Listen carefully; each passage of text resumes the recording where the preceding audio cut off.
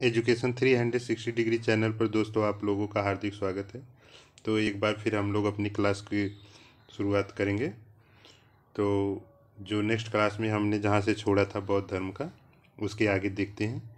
दोस्तों क्लास इसलिए छोटा छोटा बना रहे हैं कि आप लोग ऊबे न पढ़ाई से। पढ़ाई को एक इंजॉय की तरह, जैसे कोई मूवी देख रहे हैं, कोई वो कर रहे हैं, तो मज़े की तरह लीजिए। पढ़ाई को बोझ मत बनाइए और इंटरेस्टिंग है। अगर हिस्ट्री को डिटेल में पढ़ेंगे तो बहुत मज़ा आता है, लेकिन यहाँ डिटेल पढ़ने का समय है नहीं, तो इसलिए हम लोग थोड़ा सा बोरिंग ही सही, लेकिन फैक्ट तो पढ़ना तो है ही दोस्तों।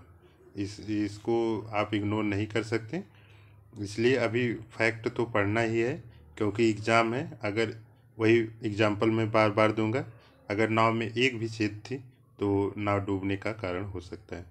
तो चलिए हम लोग शुरू करते हैं जहाँ से क्लास वो छोड़े थे उसके आगे। तो आज हम लोग बौद्ध संगीतियाँ देखेंगे। बौद्ध संगीतियाँ दोस्तों, आप लोगों ने अगर परीक्षा दी होगी तो ऐसे क्वेश्चन का ज़रूर सामना किया होगा। तो आप समझ सकते हैं, खुद जान सकते हैं कि ये कितना इम्पोर्टेंट है बौद्ध संगीतियाँ। तो अपने अपने स्तर पर इसमें मैटर दिया गया है।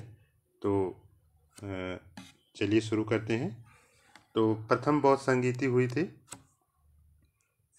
राजस्थान, राजगिरी, सॉरी दोस्तों, ये राजगिरी में हुई थी। और ये सप्तपर्णी गुफा है, उसमें हुई थी। और समय जो है 483 ईस्वी पूर्व। उसी समय समझिए कि गौतम बुद्ध की मृत्यु भी हुई थी। इसको महापरिनिर्वाण कहते हैं। और उसके अध्यक्ष थे महाकश्यप। और ये किसके शासनकाल में हुआ था? ये अजातशत्रु के शासनकाल में हुआ था। और इस संगोष्ठी का परिणाम क्या हुआ? इस संगोष्ठी का परिणाम ये हुआ कि जो बुद्ध के उपदेशों को विनय पिटक और सुत्त पिटक में संकलित किया गया। इनके 3 पिटक है, अभी आगे देखेंगे तीसरा कब जोड़ा गया। और द्वितीय देखिए कहाँ हुआ। द्वितीय हुआ आपका वैशाली में, और ये 383। देखिए सन याद करने में कितने इजी है। 483 में जब गौतम बुद्ध की उनकी मृत्यु भी हुई थी, पहली संगोष्ठी भी हुई थी। दूसरी केवल 100 साल और आगे आ जाइए, 383 ईस्वी पूर्व में हुई।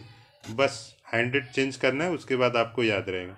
और इसके जो अध्यक्ष थे साबक मीर कहते हैं, और कहीं कहीं उच्चारण मिलता है सर्वकामनी। तो दोनों जानते रहिए, वैसे आ जाएगा तो आप लोग कर लेंगे। और शासनकाल किसका था? काल अशोक का था।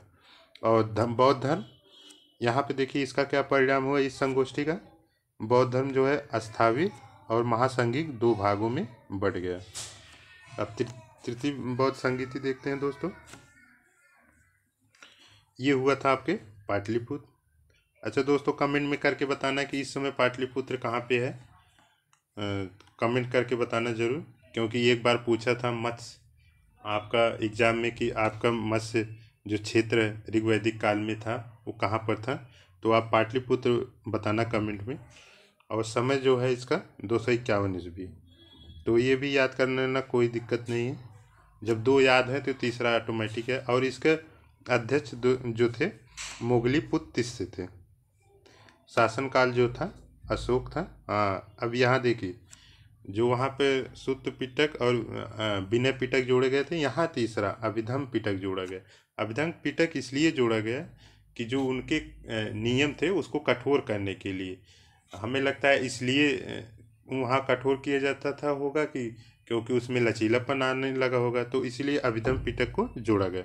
अब चतुर्थ बौद्ध संगीति देखते हैं।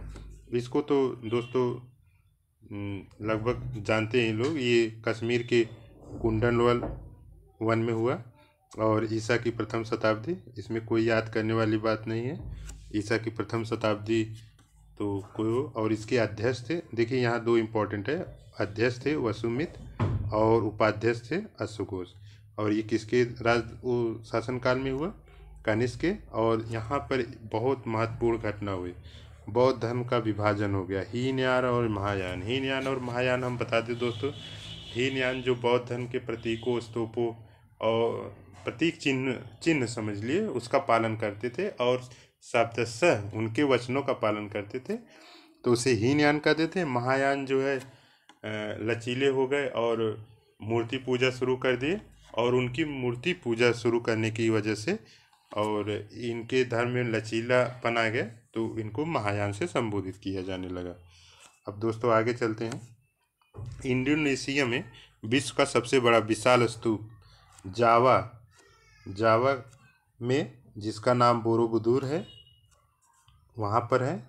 अब समझ लीजिए, स्तूप जो है सबसे बड़ा उत्पत्ति यहाँ भारत में हुई, लेकिन सबसे बड़ा स्तूप जो है इंडोनेशिया के जावा के बोरोबुदुर में है। और पंचशील सिद्धांत जो है बौद्ध धर्म का एक पंचशील सिद्धांत है, वो छांदोग्य उपनिषद में मिलता है। हाँ दोस्तों, एक क्वेश्चन यहाँ हम अब आप लोगों से क्वेश्चन भी पूछते रहेंगे। देख रहे हैं कि पीछे जो मैंने पढ़ाया है उसकी तैयारी चल रही है कि नहीं। तो उपनिषद कितने प्रकार के हैं, कितने हैं, तो आप इसका आंसर मुझे दीजिएगा। और आगे चलते हैं। बौद्ध धर्म का योगदान, ये कॉन्सेप्चुअल है। जैसे कॉन्सेप्चुअल आ गया तो आप कैसे पढ़ेंगे, थोड़ा सा हम इसलिए दोस्तों आजकल क्वेश्चन का नेचर देख ही रहे हैं कैसे चल रहे हैं। तो बौद्ध धर्म का योगदान क्या है? भारतीय दर्शन में तर्कशास्त्र की प्रगति बौद्ध धर्म के प्रभाव से हुई। जैसे पहले कोई चीज़ है 10 लोग मान रहे हैं उसी को मानते थे, लेकिन जब बौद्ध धर्म आया लॉजिकली इन्होंने सोचने पे मजबूर किया अदर धर्मों को। उस समय प्रभाव था हिंदू धर्म का ज़्यादा, तो वहाँ पर भी लोगों को सोचने के लिए मजबूर किया कौन? बौद्ध धर्म ने। तो ये आप जान सकते हैं। तो आगे चलते हैं दोस्तों। ये मैप है, ये मैप है, अभी आप लोग देख लेना, इसको डिस्क्राइब करेंगे जब मेंस पढ़ाएंगे। उतना ज़्यादा इम्पोर्टेंट नहीं, लेकिन देख लेना किस किस देश में कहाँ कहाँ पे है।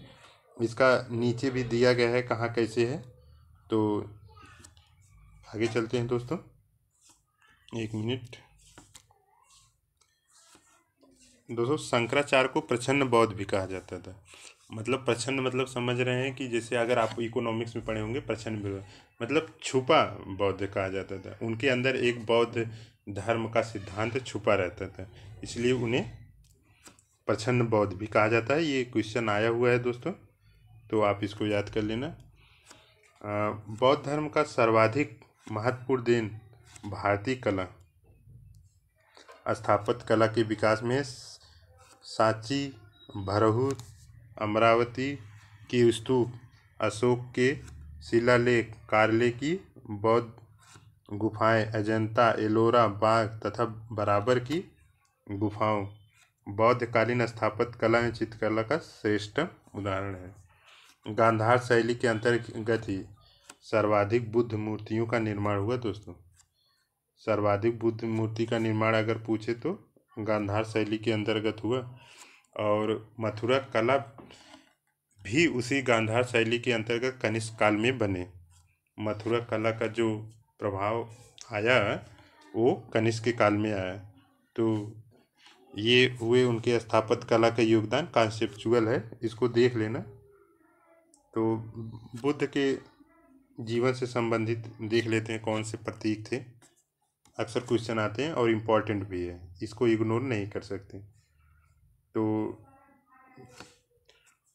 ये जो है जन्म उसका कमल व सांड है प्रतीक, गृह त्याग का प्रतीक घोड़ा है, ज्ञान का प्रतीक पीपल है जिसे बोध वृक्ष कहते हैं, निर्वाण का प्रतीक पद चिन्ह है, मृत्यु का प्रतीक स्तूप है।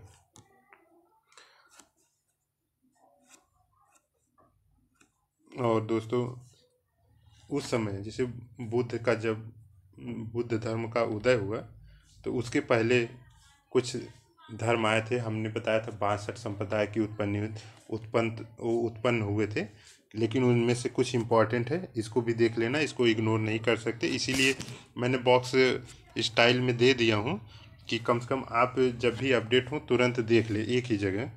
तो आजीवक संप्रदाय जो है भाग्यवादी था, मोखली गोसाल थे, घोर अक्रियवादी पूरन कश्यप थे, उच्छेदवादी भौतिकवादी अजीत केस कंबलिन थे, नित्यवादी पकुग कच्चायन थे, संदेहवादी जिनको अज्ञेयवादी या अनिश्चयवादी कहते हैं संजय वेलदुपुत्र थे, और बस वही महावीर थे, ये निगन्नाथ के पुत्र महावीर भी बौद्ध के पहले आए थे। तो दोस्तों ये आपका बौद्ध धर्म खत्म होता है। बस वही याद करने योग्य फैक्ट अभी रह गए हैं, उसको हम एक वीडियो में दे देंगे, वो तो मोस्ट इम्पॉर्टेंट है। अगर आप इसको एग्ज़ाम के समय जब रिवीजन करने के लिए, वही आपके लिए याद करने योग्य फैक्ट बहुत इम्पॉर्टेंट रहते हैं। तो आप अभी इसको डिटेल में पढ़ते रहिए, फिर जब एग्ज़ाम का रिवीजन आए, जब लगे 5-6 घंटे में हमें रिवीजन सब सब्जेक्ट का करना है, तो वही याद करने योग्य फैक्ट का फटाफट रिवीजन कर सकते हैं। और दोस्तों शेयर, लाइक और सब्सक्राइब ज़रूर करिए। Thank you. और अगले में वही याद करने योग्य फैक्ट को देखेंगे अगले क्लास में। Thank you.